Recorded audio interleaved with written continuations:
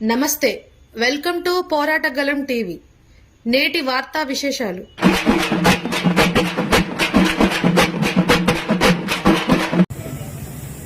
AITUC Nizamabad జిల్లా సమితి పక్షాన, medical contract employees and workers union పక్షాన మేడే శుభాకాంక్షలు తెలియజేస్తా ఉన్నాం.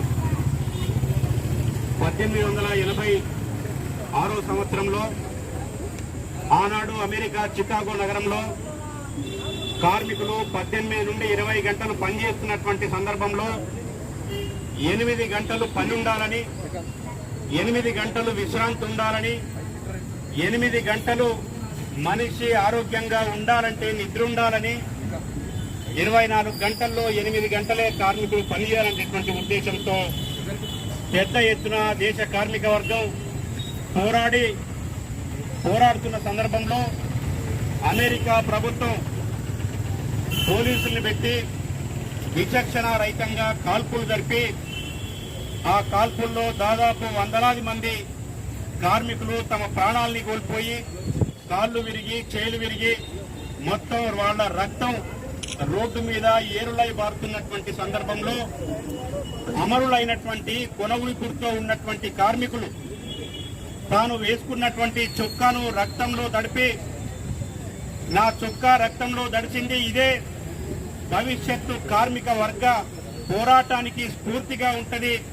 ఈ పోరాట స్ఫూర్తితో ఈ దేశ కార్మిక వర్గం పోరాడి ఏ డిమాండ్స్ కోసం అయితే మేము ఈ పోరాటాన్ని చేస్తున్నామో ఆ డిమాండ్ సాధించుకుంటామని చెప్పేసి రక్తంలో మరుగుతున్నటువంటి రక్తంలో తడిపి ఎగిరేసినటువంటి ఆ చొక్కాను జెండాగా చేసుకుని కార్మిక వర్గం పోరాటం చేయటం వల్ల 8 గంటల పని దినాన్ని సాధించుకోవటం జరిగింది.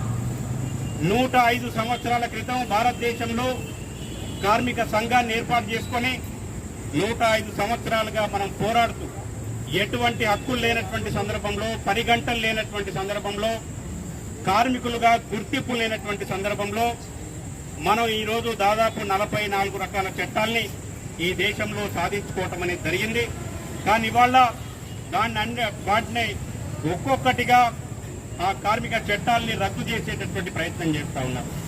కార్మికులకు గుండెకాయ లాంటి 29 చట్టాలని ఆల్రెడీ కేంద్ర ప్రభుత్వం పార్లమెంట్ సాక్షిగా రద్దు చేసి 29 చట్టాల స్థానంలో 4 కోడ్లను తీసుకురావడం జరిగింది.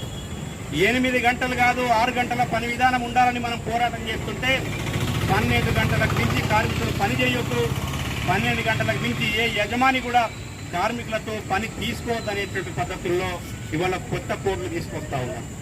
కార్మికులు వేతనాల్ని నిర్ణయించుకునేటటువంటి అధికారం యూనియన్లకు, కార్మికులకు ఉండొద్దు. కార్మికులకు ఎంత వేతనం ఇవ్వాలనో యజమాని నిర్ణయించాలనేటటువంటి కొత్త కోడ్ను ఇవాళ కేంద్ర ప్రభుత్వం తీసుకొస్తా ఉన్నారు. 250 మంది కార్మికులు ఉంటే తప్ప నీకు యూనియన్ పెట్టుకునేటటువంటి హక్కు ఉండదు అనేటటువంటి ఒక కొత్త కోడ్ను ఇవాళ కేంద్ర ప్రభుత్వం తీసుకొస్తా ఉన్నారు. ఇప్పటి వరకు 7 సభ్యులుంటే మనం యూనియన్ రిజిస్ట్రేషన్ చేసుకుని ఆ యూనియన్ ఆధ్వర్యంలో మన హక్కుల్ని మనం సాధించుకోవడం జరిగింది. కానీ గత ప్రభుత్వం దాన్ని 100 మందికి పెంచితే ఇవాళ ఉన్నటువంటి ప్రభుత్వం 250 మందికి పెంచి అసలు యూనియన్లే లేకుండా మొత్తం కార్మిక పోరాటాలను నిర్వీర్యం చేసేటటువంటి ప్రయత్నం చేస్తా ఉంది. ఈ నేపథ్యంలో 139వ మేడేను ఇవాళ నిజామాబాద్ లో ప్రపంచవ్యాప్తంగా కార్మిక వర్గం జరుపుకుంటా ఉన్నది. కాబట్టి ఈ కేంద్ర ప్రభుత్వం తీసుకొచ్చినటువంటి